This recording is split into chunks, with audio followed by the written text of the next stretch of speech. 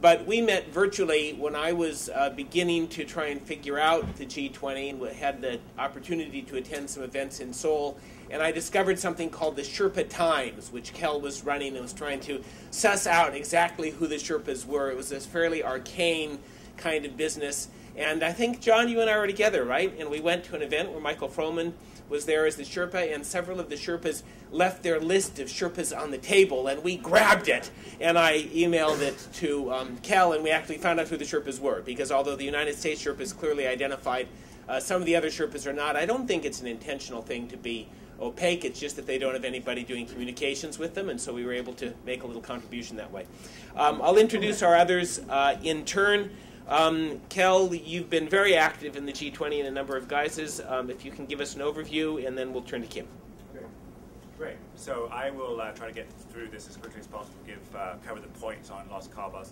I think what we came in Los Cabos, it happened, as you know, 2 weeks ago in the beautiful resort town of Los Cabos, which is stretched out along the ocean, beautiful luxury hotels and resorts, and then miles and miles of cactus and desert. And I think that contrast comes through in a lot of the outcomes in two ways, in the communique, and then some of what the short-term summit issues are, and then the longer-term technical sort of groupings that are working.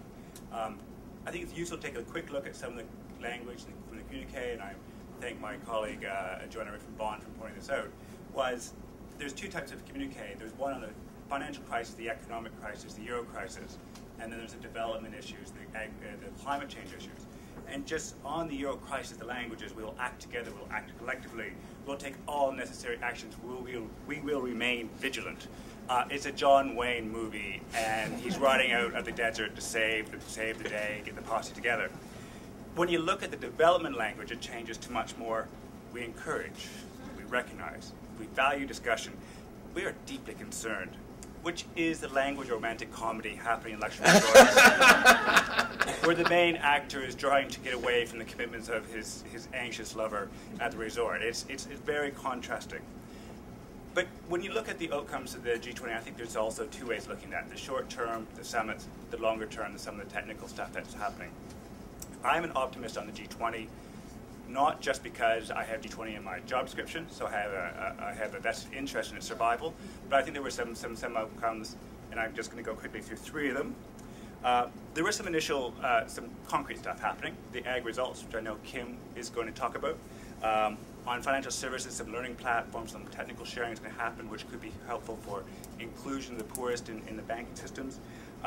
The chief agricultural scientist meetings that Mr. Froman talked about is going to be set for September. There's a scale nutrition initiative. Excellent to see that in the communique. It's a good start for the G20 members. Transparency on fiscal information, focus on clean energy, and then accountability being addressed. The developing working group is going to actually report back to Russia on accountability. So we have some interesting starts on some sort of measured accountability. So I think that just overall, the communique was quite bare on our issues, wasn't really fantastic on development, but there were some initiatives anyways. I think when you actually look at the second level there are some technical groups forming. The development working group is actually 21, 22, of quite a diverse range of countries sitting down and talking about development, which would not have happened 5 years ago. So you're actually seeing some dialogues and discussions happening.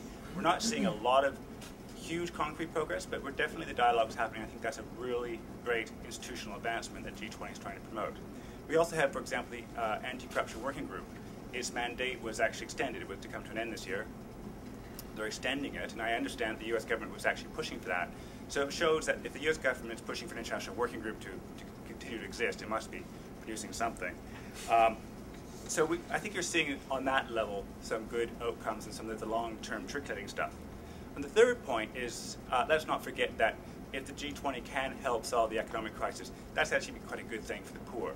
We've seen ODA has been decreasing in some countries, and the University of, I think it's Melbourne, I'm not entirely sure, in Australia has predicted a 5% decrease in ODA next year.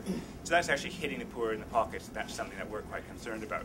Also, increased markets, increased income of small farmers, increased productivity. You can actually see rising incomes and better standard of living. So I think if the G20 did address the economic crisis, it will help the poor, and I think that's a quite important thing to note. Sometimes we get too close to the issues and we need to step back.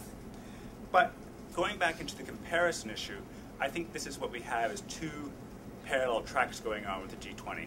You have the summit events, very political charge. You had the head-to-head between Kirchner and Cameron refusing to take a letter from her apparently on the Falklands Islands. You have all the political ramifications and the media there throwing in the Euro crisis. So it's very short term. Then you have the longer term stuff of what's happening, the technical stuff, and I think that's some really interesting long-term stuff that we can take advantage of, we can build on, and really deliver some good outcomes. The question is for us as people interested in the G20 delivering outcomes, is how do you bring those processes together? So how do you get the political processes to talk about the long-term technical stuff?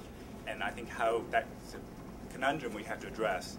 Probably won't address it by Russia, but we certainly should address it by Australia and Turkey, how to get the political will into these long technical working groups and overcome the short-termism of events that are very media-focused and very, very attention-gathering. I'll finish on the tortured movie reference, is that the G20 is not a John Wayne movie. It's not black and white. It doesn't happen in half an hour and a half. Everything's wonderful. It's an art movie. It's long, tortured, somewhat boring. You're not entirely sure what's going on all the time, but you know at some point it's a classic, and you just say that's very good, and it'll come together again. So I'll leave it there. Sorry, a bit rushed. I'm going to walk away with both of those movie analogies if I remember nothing else today, so thank you for that. Our second speaker is Kimberly Elliott. I'm proud to claim her as a colleague here at Center for Global Development. She's the author of a terrific book, Farm, Trade, and the Poor, and also, I think importantly, of the background papers on pool funding in agriculture. This built on some work we did here at the Center on Advanced Market Commitments for Vaccines, and Kim has adapted that in a way that made sense to enough people that there was a $100 million pledge to have something called Ag Results, which is, I think, what we're going to hear about from you. I haven't heard anybody say whether anything else concrete came out of the G20. So I'm going to say it's the most concrete thing for development that came out of the G20. If somebody wants to challenge that, they can do so. But as far as I can tell, it's the biggest thing that came out. So Kim, to you, and congratulations on the Ag poll. Thank you, Lawrence, and thanks to all of you for being here this afternoon. Because time is short, I won't sort of talk very much about the broader food security. You heard a lot about that from Mike Froman and a little bit from Cal, sort of the context. But I think it is one of the few sort of tangible things. And I'm not quite sure whether to call it a G20 initiative or not. The G20 has always said they're not going to be a pledging summit or conference.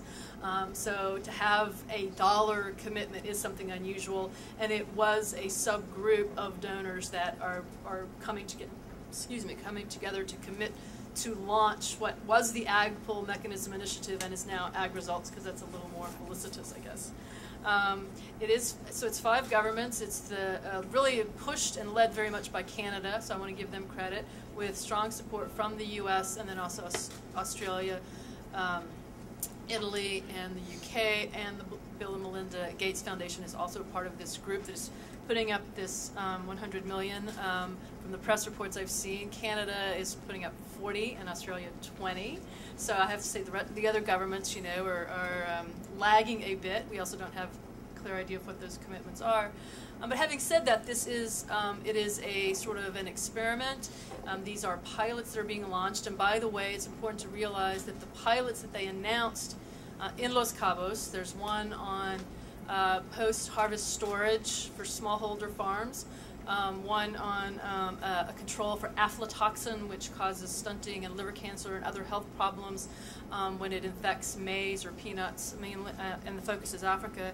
And the third one, biofortified maize, in this case vitamin A fortified, so an orange maize. You probably may have heard about golden rice. We're now going to have orange maize. So, but those 3 that were specifically launched and will be pursued starting, you know, this year, as far as I can tell from the documents, only take about 10 million of the 100 million.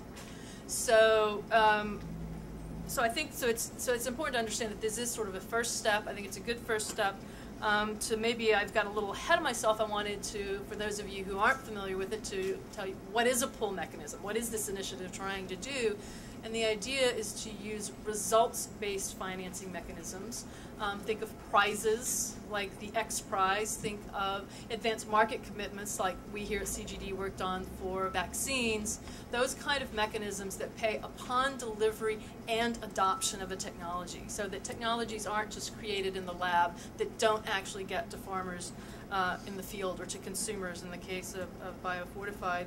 So it's, the idea is to stimulate innovation in agriculture, because it very much reminded me, or I was reminded of this when Carlos Pascual was talking about the need for nearly $50 billion a year to reach universal energy access. I don't remember the numbers for how many billions per year we would need to feed 9 billion people in 2050, but it's a similar magnitude. International aid is not going to solve that problem. And so the idea here again is to stimulate innovation, but also engage the private sector in this and to try and leverage those resources. And so the idea is for the government to put up this money as an incentive to try and overcome market failures, so that you get, at the end of the day, hopefully a sustainable market, again, with these new technologies, as I said, just storage and aflatoxin control and vitamin A, maize, get those into the market in a sustainable way and start to build those markets.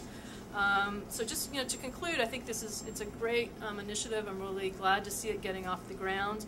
And this was a launch of these pilots. There's many there. These things are going to go forward. And they're inviting new proposals. And this is where I'm really interested, because frankly, this first set of pilots, they're not pulling a lot of innovation with these. I have to say that I think the donors were being fairly risk averse. For most of these things, there either are specific technologies where they're focusing on the adoption and the distribution, or very minor, in the case of the storage technologies, a little bit of a pull of innovation, but not a lot of new innovation going on here. I would like to see more of that in a next round, an enhanced, a rice variety that's more stress tolerant, or they've talked about fertilizers or livestock vaccines, which could have bigger, broader impacts and really be true innovation. So this is a good first step, but I am looking forward to seeing what the next step is already. So thank you very much. Kim, thanks so much. If I had pulled this off, I would declare victory and go home. So the fact that you're still pushing, I think, is indicative of the high ambitions that you have, and congratulations on getting this initiative this far. Nathan Holtman, our next speaker, is the Director of Environmental and Energy Policy at the School of Public Policy at the University of Maryland, and also non-resident fellow at Brookings. I didn't meet Nate before today, but I have read some of his stuff, including a very interesting piece, and how do we think about summits. But you can speak about anything you want. So welcome, and thank you for coming. Well, thanks very much for the invitation, and it's a pleasure to be here. I will also try to curtail my comments, and in that spirit, let me just dive right in. I was at the Rio+20 meeting last week, and as we've heard already a little bit of detail about what was agreed there, both in terms of the actual document and what was happening in the hall or kind of outside the official UN negotiations. I do work in the climate and energy field primarily, and have been attending the COPs for a while, at least since Kyoto. And I never thought I'd say this, but looking at the outcome document, I have to say the climate convention seemed positively productive, and I guess that makes me feel good about the climate meetings, not so good about the Rio+20 outcome. But let me put that in a bit more context. The Rio+20 meeting did produce this outcomes document. It's called The Future We Want. And we've heard a little bit about what was in there, what wasn't in there. To some degree, the language in The Future We Want is a little like the language that Kel was talking about from the romantic comedy of being relatively affirming and endorsing and thinking this is a good idea, but with relatively little concrete new outcome. But that said, I think when I sort of suggest looking at the outcome from Rio, it's important to remember that this is not just the outcome document. And there are 4 areas that I wanted to just highlight, and we can return in Q&A to this if people are interested. The first one, of course, is the agreement, the actual text. On that front, you know, there were a lot of reaffirmations of existing principles from, for example, the 1992 Rio meeting, from the Johannesburg Summit, from the 1972 Stockholm Conference. So we're all in agreement that those were good ideas way back when, and they still remain good ideas. There were a couple of additions in what's called the Institutional Framework for Sustainable Development, a little bit on the bureaucracy of the UN and how that will handle questions of sustainable development. So UNEP got a slight bump in its status, and there were a couple of other changes, a process set in motion to look at probably replacing the Commission on Sustainable Development, and a few others. And again, we can return to that if people are interested. There were a number of exhortations and affirmations on the so-called 7 pillars, different topical areas, including cities, water, energy, these kinds of things. And there was a very kind of clear statement of now 3 elements of sustainable development, and it's always been a little unclear up to now, but very clearly the priority for sustainable development is development. That's the first paragraph. Also very clearly economy is now a big part of sustainable development. So this was a kind of, I wouldn't call it a new idea, but the sort of 3 pillars of sustainable development approach was very sort of central in this outcomes document. And then, of course, environment was listed as one of the concerns. There was a whole section on why environment is quite important. But there was certainly in my reading of it, a hierarchy in that order. So the future we want, for many people, was a bit disappointing. I mean, there wasn't a transformational vision articulated in the future we want in the same way that we can look back at the 92 Rio Convention and say, well, the sustainable development sort of came out of that. So that's something that maybe was missing, and we can talk later about what maybe a new vision might look like if we're thinking about moving forward. The second element, and I'll move through the subsequent 3 relatively quickly. Number 2 is catalyzing external commitments. So as, in fact, Ambassador Pasquale was mentioning, the conferences do bring together a number of actors, all of whose missions in some way relate to environment and development. So it's a great opportunity for them to think about what can they do, what can they offer, what can they bring, what can they discuss with people of similar interests that might advance the goals of sustainable development. And there are many external commitments. I think Jacob will be talking more about those.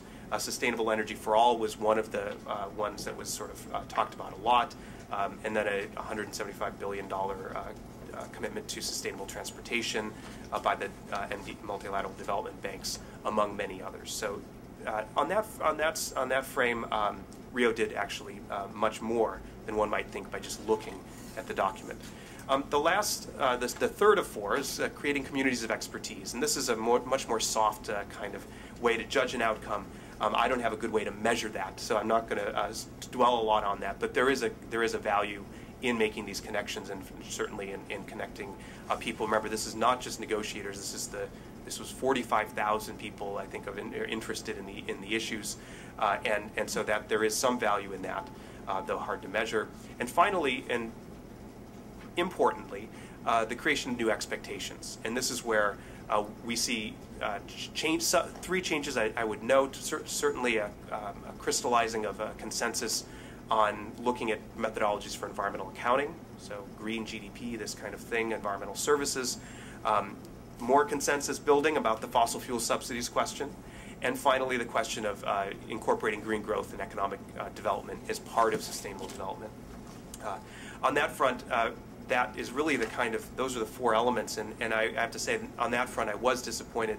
I think in some ways I was listening to Kim's comments about the G20, and one thing that I've been disappointed with in the run-up to Rio and subsequently is the relative lack of subtlety with which people have approached the question of innovation and developing technical capacity in different development contexts. And this is a case where it's possible that some of the work that's been done in the G20 might be of interest and of note to those of us working in the kind of environment and development field. So maybe there are future conversations to be had on that. Thank you. Nate, thanks very much. Our next speaker, Jacob Scheer, I'm proud to say is a member of the board here at the Center for Global Development. He is also the Director for Global Strategy and Advocacy at the National Resources Defense Council. Buddy of mine, we've been on a bike ride now and then. I know that Jacob is a big enthusiast for the cloud of commitments that happened. So I just want to set you up for this, Nathan, by saying that not all the NGOs came away as enthusiastic as you and the National Resources Defense Council did. And in particular, I have here a summary put together by Mark MacDonald for the New York Times in which he quotes a number of responses. The director of Greenpeace said, 3 days of empty rhetoric, greenwash from world leaders, failure of epic proportion, and the world's longest suicide note.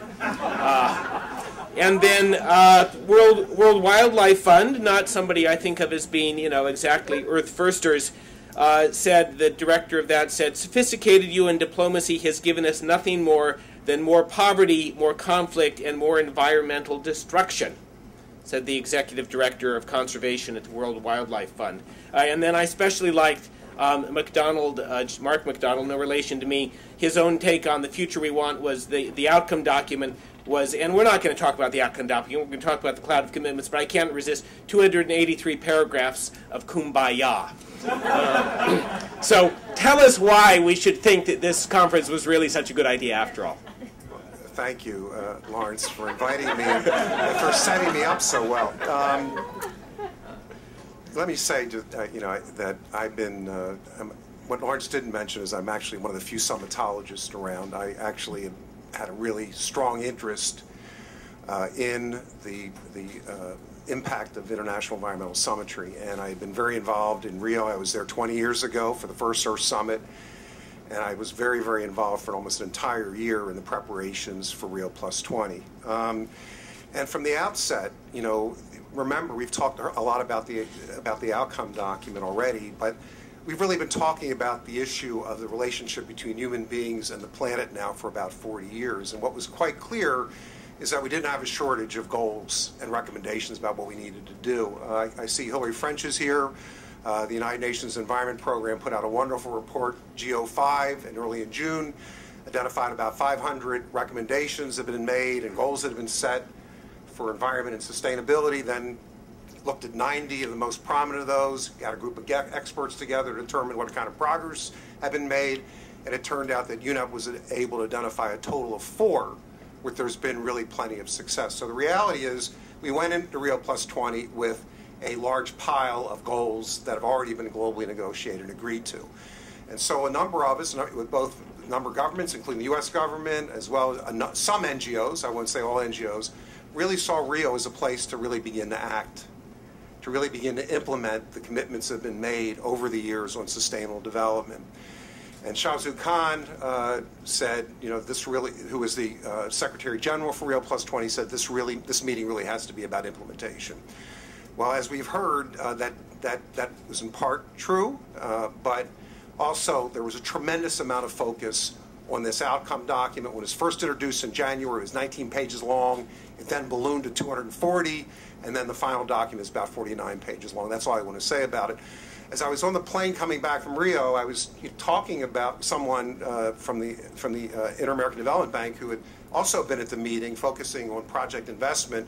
We're trying to understand what was going on here. Why was everybody focused on the outcome document? And I think we sort of concluded that in a way it was like everybody, a lot of the observers, including some of my colleagues from other environmental groups, seemed to be focused on the eye of the hurricane. They looked around and they said, oh my God, there's nothing going on. It's kind of dull. It's really quiet. And what they missed was the fact that there were about 45,000 other people that were swirling around, acting, tremendous amount of energy, and a huge number of non-globally negotiated commitments coming out of Rio. NRDC has now created a website called www.cloudofcommitments.org. It's the kayak.com of commitments. It links to all of the platforms, all the registries, and all the events that occurred in Rio, and where countries, corporations, and communities, mayors, governors, presidents, prime ministers got up and said, we're actually going to do something specific to contribute to a globally negotiated goal. We've already heard about Carlos Pascual, and I see Reed Dutchin is here. One of the most important areas of activity is on sustainable energy. Tremendous number of commitments that have already been touched on. Other areas where there was significant activity is on sustainable transportation. 8 of the large multilateral development banks committed $175 billion for sustainable transportation. One really huge commitment, which I think is really, really interesting, is an outfit called the Consumer Goods Forum is now going to work with the U.S. government on how these huge retailing and manufacturing companies, including Unilever and Tesco and J&J, will make their supply chains net zero deforestation. So this is a huge, and within the next 8 years, this is huge if it actually can be carried on. And if you go to the Cloud of Commitments, you'll see that we have literally about 220 of these types of commitments. And the goal here with this website is for people to be able to see that, in fact, Rio generated a lot of political will and generated a lot of activity. Let me mention another area which I think which hasn't gotten as much attention. That's the whole marine area. And I see that Andrew Deutsch is here from the Nature Conservancy. They had an amazing event where they had leaders from several countries stand up and make specific commitments about how they're going to do a better job protecting the marine areas and using the marine resources. The Prime Minister of Australia announced plans to double the size of the marine parks and to increase their contributions to Pacific nations that are trying to deal with the problem of illegal fishing, as well as to coral reef nations in that region to improve their activities as well. Let me just finish by talking about one or two other commitments which I thought were really interesting and I think reflect how the world has really changed. The Brazilians talked about making a $10 million contribution, $6 million contribution to the United Nations Environment Program. And the Brazilians also talked about making a $10 million contribution for climate change efforts in Africa and other less developed countries. China also announced plans to make a contribution to UNEP.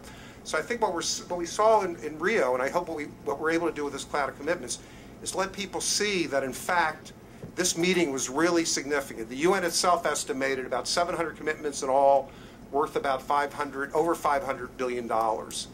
We're still in the process of gathering these commitments. I think I heard Carlos Pascual talk about a few that we hadn't seen.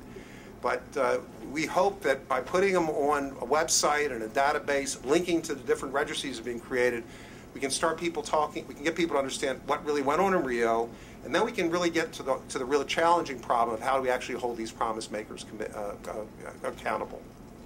Thanks very much. I'm going to go straight to the floor. I normally try and encourage a conversation among the panel, but in appreciation for how quickly they condensed their remarks and also appreciation of your time, we'll just go for, if you have to leave now, that's fine. We're going to go for about 5-10 minutes max, depending on the quality of the questions.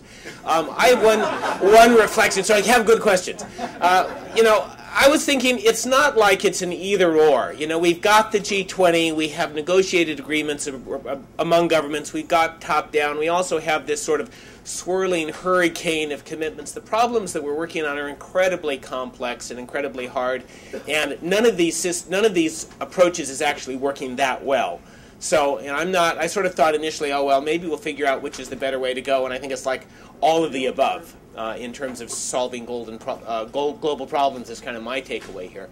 We're going to take, let's take three, bunches of three. So 1, 2, and the lady behind. We'll take that group there. Anna, the gentleman in the rep tie there first. There we go. Right. Clearly nonpartisan. Adam Taylor with World Vision. I'm tempted to ask a question about the G20, but I'm actually going to shift over to the Rio+20. My understanding from some of my colleagues is that there was at least some, maybe a lot of discussion about the Sustainable Development Goals, which are supposed to be the successor to the MDGs, and that many commitments kind of got punted to that future conversation. So I'm curious if you can reflect on that and predict a little bit about where that's going to go. And I would just say that my colleague, Charles Kenny, Charles was here earlier, may not be here, has just posted, he's been reflecting both on the Millennium Development Goals and the Sustainable Development Goals. So for those who are interested, we have a new blog post on that on our website. Yes, sir. Neil Watkins with ActionAid. My question is about the G20 and for Kel and for Kim in particular. I think what we've been struggling with, the role of the G20 in development is sort of a contrast. You have the richest economies in the world, and you have huge problems in terms of hunger, food price volatility, climate change.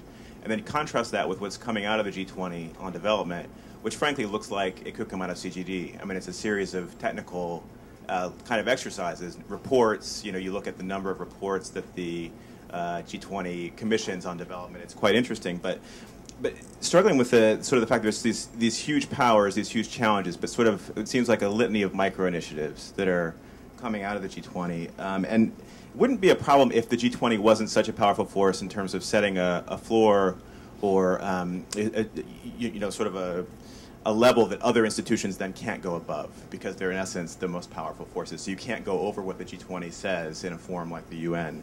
So I'm wondering if you think the G20 should stay as it is, you think they're actually on development doing the right thing, or should they actually, they need to make a choice, which is kind of either we need to get a lot more involved on development issues and play that role, that leadership role, or actually back away and cede the space to another institution or another actor. Because it feels like to me right now the challenge is huge problems, huge power, but on development, just that disconnect. Thanks very much. And if you just pass the mic back to the lady behind you there. Thank you. Porter McConnell from Oxfam America. It's a kind of a similar vein and a question for those of you who've studied summits and attended many.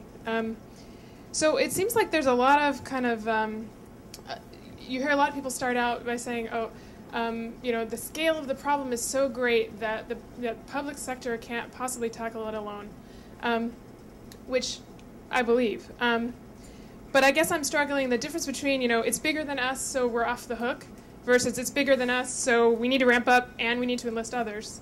Feels a little bit more like the former than the latter. I'm thinking about, no major official outcomes at Rio, but a lot of sort of unofficial outcomes. No major public money at the G8. The difference between 22 billion for L'Aquila and sort of 1.2 for Gatsby this time around. It feels a little bit like it's up to you guys. We're going to pass the buck here. So just is that a trend that you're noticing? Okay, so the first question wasn't directed at anybody in particular, but it was about whether things were punted down the road in deference to a future discussion on sustainable development goals. I don't know if anybody here has been tracking that. Yeah, no, Jacob? I think I sat in about probably 60 hours of meetings with the SDGs during the course of this process, I was struck by the intelligence and perseverance, particularly of the representatives of the government of Colombia, that was so forceful in advocating for this approach. And what became quite clear was that this is extraordinarily difficult area to negotiate.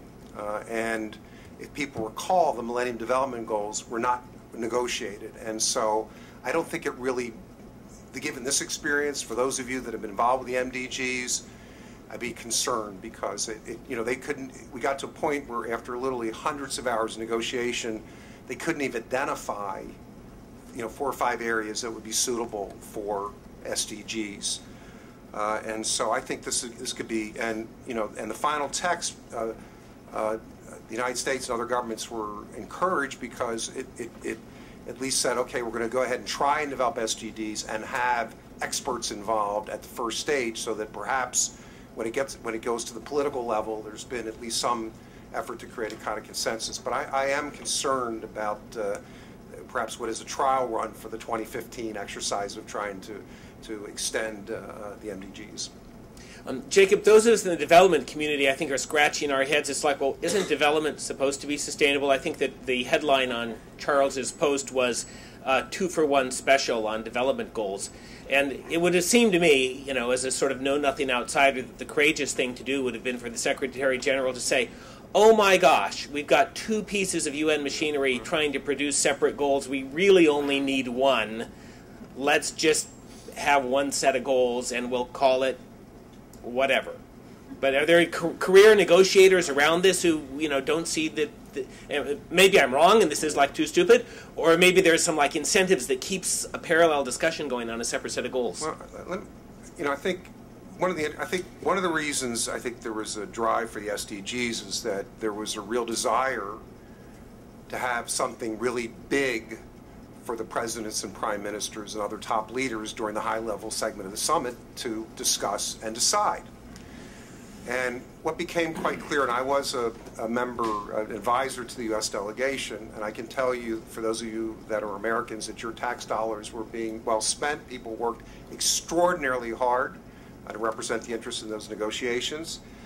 And it was clear that the professional negotiators did not want to repeat a Copenhagen. They didn't want the leaders to show up and not have an agreed upon document. And so as a result, they worked day and night for 7 days, and they ended up with a document that basically no government liked particularly, that didn't say anything. I would be willing to bet that none of the presidents and prime ministers actually even looked at it, let alone read most of it, and was kind of irrelevant to the statements that were made, and to the extent that there were bilateral or trilateral discussions going on amongst the leaders. They were talking about other things.